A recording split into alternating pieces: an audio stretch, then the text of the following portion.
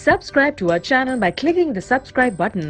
Click the bell button and enjoy the latest uploads from our channel. Question 3. Name and explain the function of the hormone secreted by the pituitary gland in humans.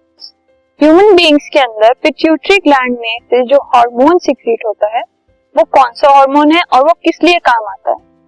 So pituitary gland में से growth hormone secrete होता है. Growth hormone is secreted by pituitary gland.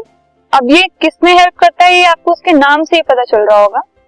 Which regulates growth and development of the body. Human body में growth और development को ये hormone regulate करता है.